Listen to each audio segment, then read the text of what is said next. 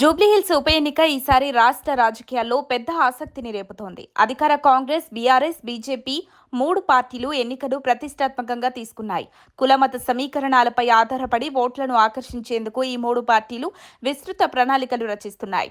ముఖ్యంగా మైనారిటీ ఓట్లు, కమ్మ, యాదవ, రెడ్డి వంటి ప్రభావశీల వర్గాల మద్దతు పొందేందుకు పార్టీలు వ్యూహాత్మకంగా కదులుతున్నాయి. కాంగ్రెస్ పార్టీ ఎంఐఎం మద్దతుతో మైనారిటీ ఓట్లపై పూర్తి నమ్మకంతో ముందుకు సాగుతోంది. అదే సమయంలో బీఆర్ఎస్ మరియు బీజేపీ కూడా తమ సామాజిక వర్గాలను ఆకర్షించేందుకు శక్తివంచన లేకుండా ప్రయత్నాలు చేస్తున్నాయి.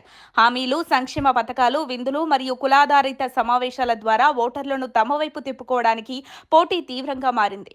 జూబ్లీహిల్స్ నియోజకవర్గంలో 4.01 లక్షల ఓటర్లలో బీసీలు 1.34 లక్షలు, ముస్లింలు 1.20 లక్షలు, కమ్మలు సుమారు 23,000 మంది, ఎస్సీ, ఎస్టీ ఓటర్లు 39,000 మందికి పైగా ఉన్నారు. ఈ వర్గాల మద్దతు ఎవరికి లభిస్తుందో అదే విజయాన్ని నిర్ణయించనుంది. బీఆర్ఎస్ అభ్యర్థి మాగంటి సునీత కమ్మ సామాజిక వర్గానికి చెందినందున ఆ వర్గ ఓట్లు తమ వైపు వస్తాయని పార్టీ నమ్ముతోంది. కమ్మ నాయకులు పువ్వాడ అజయ్ వంటి వారిని రంగంలోకి దించి ఆ వర్గానికి చేరువ కావడంపై దృష్టి పెట్టింది. అలాగే యాదవ, మైనార్టీ ఓటర్లను కూడా ఆకట్టుకునేలా మాజీ మంత్రి తలసాని శ్రీనివాస్ యాదవ్ మరియు ఇతర ముస్లిం నాయకులను ప్రచారంలోకి దింపింది. కాంగ్రెస్ అభ్యర్థి నవీన్ యాదవ్ తన వర్గానికి చెందిన ఓటర్ల మద్దతు పట్ల నమ్మకంగా ఉన్నారు. కమ్మ సంఘాలు కూడా ఇటీవల సీఎం రేవంత్ రెడ్డిని కలుసుకుని పార్టీకి మద్దతు ప్రకటించాయి. ఎస్సీ, ఎస్టీ వర్గాల మద్దతు కోసం కూడా ఆ వర్గానికి చెందిన మంత్రులు ప్రచారం నిర్వహించారు. ఎస్సీ, ఎస్టీ వర్గాల మద్దతు కోసం కూడా ఆ వర్గానికి చెందిన మంత్రులు ప్రచారం నిర్వహిస్తున్నారు. ఎంఐఎం మద్దతుతో మైనారిటీ ఓట్లు కాంగ్రెస్ పక్షాన పడతాయనే విశ్వాసం హస్తం పార్టీలో స్పష్టంగా కనిపిస్తోంది. బీజేపీ అభ్యర్థి లంకెల దీపక్ రెడ్డి నియోజకవర్గంలోని రెడ్డి ఓటర్లపై దృష్టి పెట్టారు.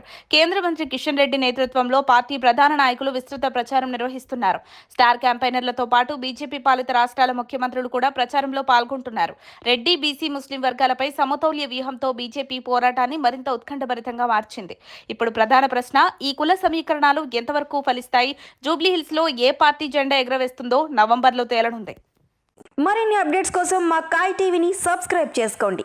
మా వీడియో కనుక మీకు నచ్చినట్లయితే లైక్ చేయండి, షేర్ చేయండి. మీ విలువైన అభిప్రాయాలను కామెంట్ బాక్స్లో తెలియజేయండి.